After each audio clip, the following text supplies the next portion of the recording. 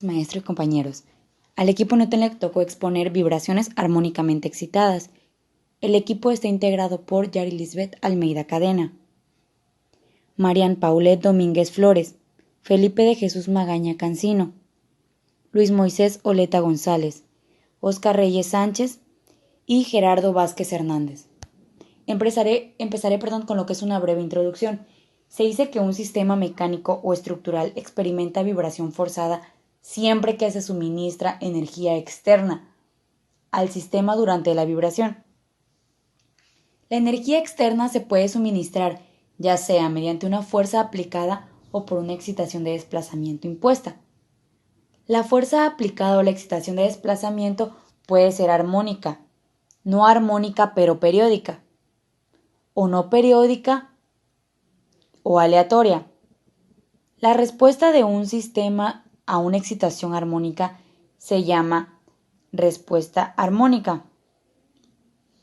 La excitación no periódica puede ser de larga o corta duración.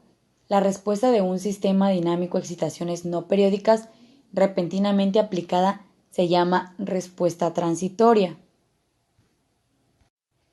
Nos dice que una vibración forzada es cuando un sistema vibra debido a una excitación constante, es decir, que se le aplica una fuerza. Podemos poner de ejemplo, como se ve en la figura, una mano con un resorte. Al estirarlo, esto está provocando una vibración forzada. O bien tenemos lo que es una vibración libre, que es cuando solamente se ejerce un toque y ésta se mueve armónicamente. Esto se debe a una excitación instantánea. A continuación les explicaré lo que es la ecuación de movimiento. Bueno, nos dice que una ecuación de movimiento es si una fuerza F de T actúa en un sistema de resorte-masa, viscosamente amortiguado como se muestra en nuestra figura 3.1. La ecuación de movimiento se puede obtener aplicando la segunda ley de Newton. Bueno, tenemos lo que es nuestra ecuación 3.1 y como esta ecuación no es homogénea, la suma de la solución homogénea XH de T y la solución particular XP de T proporciona su solución general, la solución homogénea, la cual es la solución de esta ecuación, que es nuestra ecuación 3.2. Esta representa libremente el sistema y se abordó previamente en capítulos anteriores. Bueno, por lo tanto, la solución general de la ecuación 3.1 se reduce en el último término a la solución particular XP de T, la cual representa la vibración de estado estable. El movimiento de estado estable se presenta mientras la función forzada esté presente. Las variaciones con el tiempo de soluciones homogéneas, particular y general en un caso típico, se muestran en nuestra figura 3.2, donde se ve que XH de T se reduce y que X de T se transforma en XP de T después de algún tiempo. La parte del movimiento que se reduce a causa del amortiguamiento es la parte de vibración libre, que por si no recuerdan, se los repito, la vibración libre es cuando un sistema vibra debido a una excitación instantánea.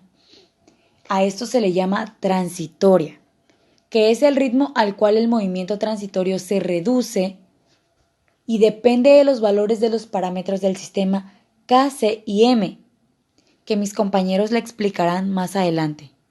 Por mi parte ha sido... Mi nombre es Domínguez Flores Marian Paulette. El siguiente tema es el 3.2, desbalanceo rotatorio y cabeceo de flechas rotatorias y elementos rotativos. En todas las máquinas rotatorias se presentan vibraciones originadas por las causas más diversas, y su intensidad depende principalmente de la interacción entre las fuerzas dinámicas que ocurren dentro del equipo y su flexibilidad, o sea, movilidad mecánica. ¿Qué es el desbalance? El desbalance es una de las fuerzas que causan problemas en rotores y máquinas rotativas. Si una máquina está desbalanceada, presenta altos niveles de vibración, ruido y desgaste perjudiciales, que afectan la resistencia a la fatiga de la máquina. El desbalance en máquinas rotatorias es una fuente común de excitación vibratoria. Si se considera un sistema masa-resorte amortiguador, como el que podemos observar aquí, de un solo grado de libertad excitado por una máquina rotatoria no balanceada, el desbalance es representado por una masa excéntrica M, podemos mirarlo aquí, con una excentricidad E y con una velocidad angular. La frecuencia de rotación del equipo se denomina por WR y por suma de fuerzas se obtiene la siguiente ecuación que podemos observar de esta forma, donde XR es la coordenada en X del desbalance con respecto al centro de rotación y se calcula como XR es igual a la excentricidad por el seno de WRT por el tiempo. Reemplazando en la ecuación del movimiento tenemos a continuación la siguiente ecuación.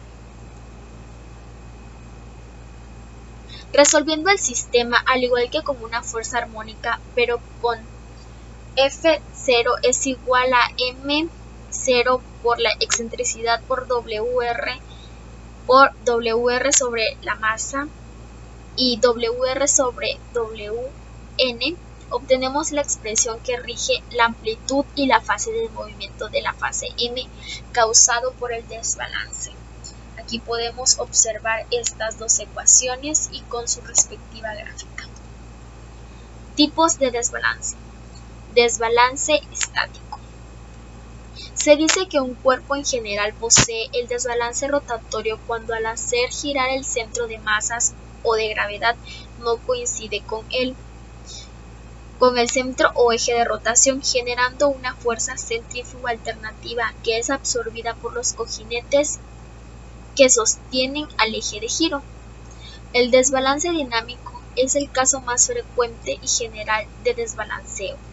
Provoca que el eje principal de inercia de una pieza desbalanceada no sea paralelo al eje de rotación y no pase por el centro de gravedad de la pieza. En este caso, solo se puede balancear colocando dos contrapesos en dos planos perpendiculares al eje de rotación y con posiciones angulares distintas. Siguiente tema, cabeceo de flechas rotatorias. Los ejes rotatorios tienden a arquearse a ciertas velocidades como resultado de varias causas, entre las que se puede mencionar el desbalance de masa, el amortiguamiento de histéresis en el eje, fuerzas giroscópicas o fricción fluida en los cojinetes. Si se considera el caso de un disco de masa M, localizada en un eje soportado por cojinetes cuyo centro es G, localizado a una distancia de excentricidad del centro geométrico S del disco, la línea de los centros del cojinete intersecará al plano del disco O y el centro de la flecha estará deflecada por ROs. Si se supondrá que el eje de la línea E es igual a S por G, está rotada a velocidad constante, nuestra velocidad constante va a estar dada por nuestro W, que es angular, nuestra velocidad angular, y que la línea ROR es igual a O por S, está cabeceando a una velocidad diferente angular. Aquí podemos notar el vector de posición del centro de la masa G del disco y esta viene dada por esta ecuación que podemos observar aquí. Derivando la expresión anterior se obtiene la velocidad del centro de la masa, esta de aquí. Reordenando esta expresión nos queda de la siguiente forma. Y derivando nuevamente se obtiene la aceleración que está dado por esto. Asimismo, las ecuaciones del movimiento en las direcciones radial y tangencial vienen dadas por esta ecuación, que es nuestra suma de las fuerzas, que es igual a masa por aceleración. Aquí está nuestra ecuación radial y tangencial, que dividiendo entre la masa y ordenando dan estas ecuaciones, que son las ecuaciones generales del movimiento de cabeceo. El caso general de cabeceo describe arriba es un movimiento de excitación propia, en donde las fuerzas que producen el movimiento están controladas por el mismo movimiento.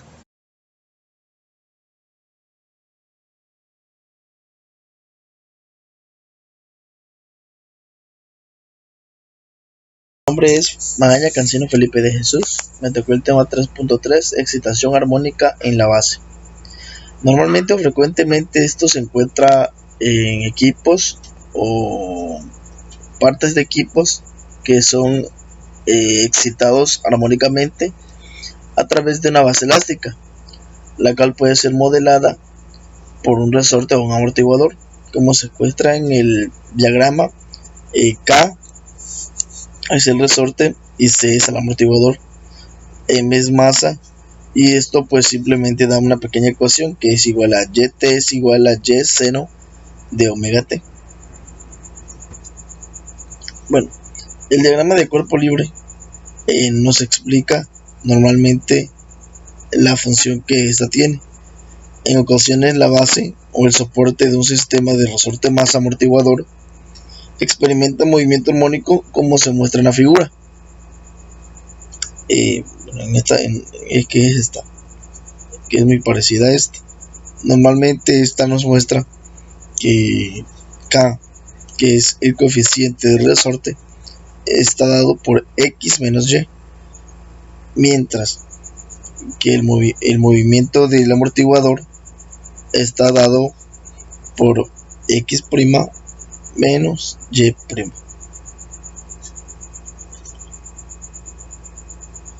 Normalmente estos sistemas se pueden modelar considerando que el sistema es excitado por un movimiento de base. Cuando se modela correctamente, un sistema está reducido por vibraciones. Normalmente YT, que se encuentra en esta parte, ese es el desplazamiento de la base, y en otras ocasiones se interpreta también como X de T, que se puede controlar como el desplazamiento de la masa. Todo esto respecto a la posición o el equilibrio estático, que es el tiempo. Normalmente K, que es el coeficiente de resorte, es el alargamiento, mientras que la velocidad relativa en el amortiguador puede ser respecto a C, que es el amortiguador. Ok. Teniendo en cuenta esto, la ecuación del movimiento está dada mediante el diagrama del cuerpo libre. Normalmente esta fuerza es transmitida a la base del producto que tiene una reacción en el resorte y el amortiguador. Esta ecuación, que es K de X menos K de X más KY menos CX' más CY', es igual a MX de la subíndice dos puntitos. Suponiendo que una fuerza es igual a menos la ecuación pasada, que es transmitida a la base. Esta tiene con respecto a que se intenta buscar la ecuación dada y nos da como estado como respuesta el estado estable de la masa. Esta normalmente se identifica mientras trigonometría simplificada en una ecuación.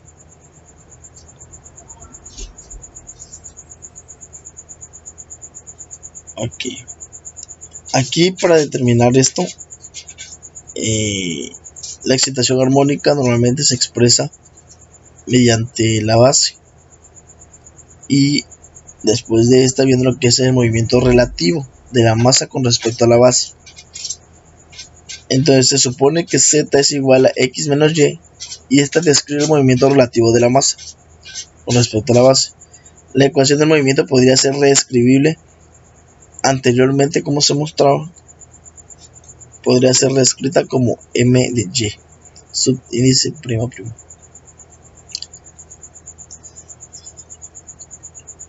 Entonces, suponiendo esto, se reescribe la ecuación y nos da como respuesta yt es igual a y seno de omega t y zp, que anteriormente era xp del tiempo, es igual a z seno de omega t con respecto al ángulo.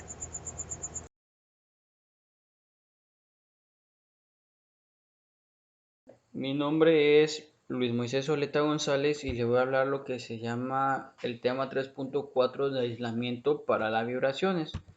Se dice que el aislamiento para las vibraciones podemos tener dos objetivos alternativos: aislar las máquinas de las vibraciones ambientales, reducir las vibraciones que las máquinas generan en su entorno. Vibraciones excesiva puede provocar un fallo prematuro de la maquinaria, fatiga estructural de los soportes y el aumento del ruido. Podemos conocer lo que se llama aislamiento activo. Para concretar el aislamiento activo se puede diseñar un controlador que genere una señal que permita al actuador eliminar o reducir el máximo las vibraciones. De esta manera, el sistema activo puede ser visto como un sistema que continuamente está recalculando su capacidad de disipación según la perturbación predominante. El control activo involucra un uso de fuente de energía externa, sensores, actuadores y algunos tipos de sistema de control electrónico, con el objetivo específico de reducir o mantener los niveles de vibración dentro de los márgenes definidos previamente. En un sistema de aislamiento, las ventajas principales son: suministran o disipan energía cuando se requieren, permite atenuar vibraciones en un rango amplio de frecuencia, toleran diferentes tipos de perturbación. En este le voy a hablar lo que se llama algunos tipos de aisladores. Se dice que uno de ellos es aisladores de almohadilla. Están hechos de capas de materiales flexibles diseñados para amortiguar los niveles de vibración en aplicaciones que no son críticas, tales como generadores montados en su propia caseta de exteriores, o donde se usan aisladores integrados en generador. Los aisladores de almohadilla varían en su efectividad, pero son aproximadamente del 75% eficientes. Por otro, podemos conocer aisladores de resorte. En eso podemos encontrar resorte de metal, resorte helicoidales, resortes de anillo, resorte tipos arandelas, resorte de mallas de alambres. En otro podemos conocer lo que se llama aisladores de aire. Podemos conocer que es una columna de gas confinada en un contenedor diseñado para utilizar la presión del gas como el medio de la fuerza del resorte. Podemos encontrar lo que se llama aisladores elastómero. Un elastómero es un polímero que cuenta con la particularidad de ser muy elástico, pudiendo incluso recuperar su forma luego de ser deformado. Debido a esta característica, los elastómeros son el material básico de fabricación de otros materiales como la goma, ya sea natural o cinética, por algunos productos adhesivos.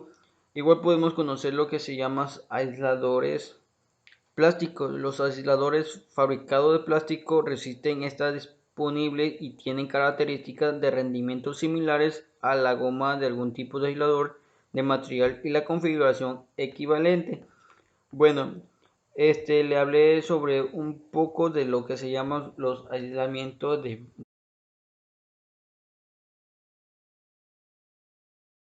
El método de la función de transferencia. En pocas palabras, una función de transferencia es una función matemática lineal que emplea la famosa herramienta matemática de la transformada de Laplace y permite representar el comportamiento dinámico y estacionario de cualquier manera. Como vemos, este puede ser representado como un sistema de bloque en el cual hay una entrada y una salida. Pero ahora les voy a mencionar un poco más de los detalles de lo que se trata el concepto de función de transferencia. Sabemos que cuando nos encontramos enfrente de algún proceso, sea cual sea este proceso, por lo general contará con actuadores y sensores. Los actuadores harán que mis variables presión, temperatura, nivel, humedad, velocidad, etc.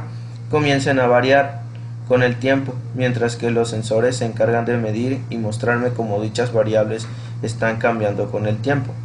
Nosotros vamos a querer controlar estas variables del proceso, porque simplemente no vamos a dejar que estas variables evolucionen con el tiempo de la manera que ellas quieran, sino que nosotros vamos a ser los que controlemos dichas variables. El denominador que tenga esta función recibe el nombre de ecuación característica, y es la que indica si el sistema es estable o no, tanto en la puesta en marcha como antes posible perturbaciones. Un sistema estable recupera su salida tras un cierto tiempo después de que se produzca la perturbación. Como vemos, aquí está una gráfica mostrada en la cual se muestra dicha perturbación. Para analizar la estabilidad de un sistema se analiza la ecuación característica, igualándola a cero para calcular sus raíces, valores de la variable en que la función es cero. El sistema será estable si todas las raíces de su ecuación característica son negativas. Si la raíz tiene parte imaginaria, la condición en la parte real de la misma sea negativa. En ecuaciones de primer y segundo grado es sencillo obtener los ceros, pero para ecuaciones de tercer y superiores se utilizan métodos simplificados. Como en este caso, uno de los métodos más sencillos es la factorización de la ecuación, descomponiéndola por el método de Ruffini, como se muestra en la figura, el ejemplo del método de Ruffini. Por ejemplo, cuando esto tampoco es factible, pues se utiliza de otra forma. En este caso se utilizaría el método de Descartes. Sirve para determinar la inestabilidad del sistema, pues si a la ecuación característica le falta algún coeficiente o los coeficientes tienen diferentes signos, al menos una de las raíces tiene parte real positiva. Ahora, trabajar con este tipo de ecuaciones diferenciales puede llegar a ser un poco complicado. Es por eso que se aplica el concepto de Taylor para linealizar aquellas ecuaciones diferenciales que fueron no lineales y luego aplicándole una herramienta conocida como la transformada de Laplace, que en este momento ya se los he mencionado. Podemos representar nuestro sistema que originalmente estaba en el tiempo en forma de ecuaciones diferenciales a representarlo en una nueva variable llamada variable compleja S en forma de ecuaciones algebraicas.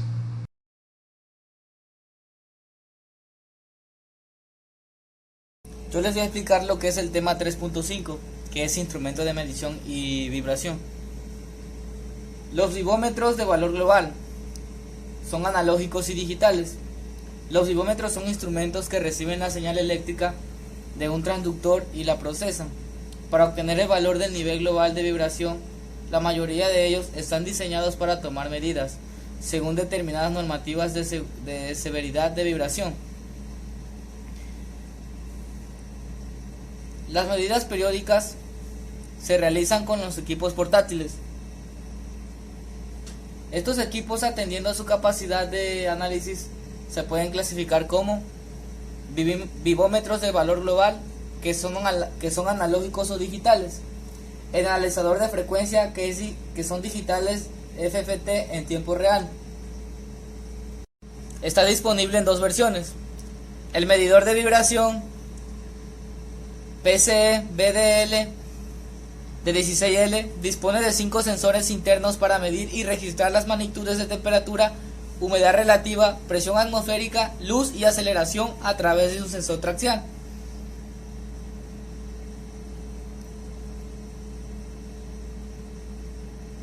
El PCE-BT de 1000 y PCE-BT de 2600 es un aparato de bolsillo para la velocidad de vibración en máquinas e instalaciones. El vibómetro para la velocidad RMS y aceleración PEAC sirve básicamente para la prevención en el mantenimiento de instalaciones y maquinarias y mide los parámetros de velocidad y aceleración. El vibómetro para la velocidad RMS, aceleración PEC y desplazamiento PEC-PEC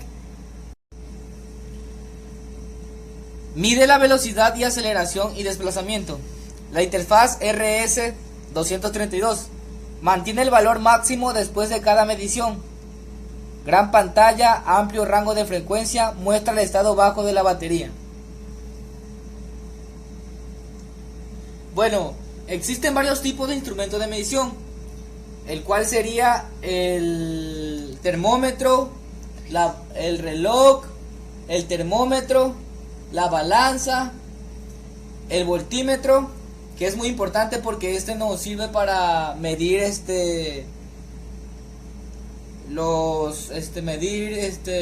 la corriente, el tipo de corriente, cuánto mide. Bueno, en conclusión, como les mencioné, existen varios tipos de instrumentos. Estos son muy útiles en nuestra vida cotidiana porque nos sirven para medir cualquier tipo de instrumento de vibración. Bueno, esto sería todo de mi parte. Gracias.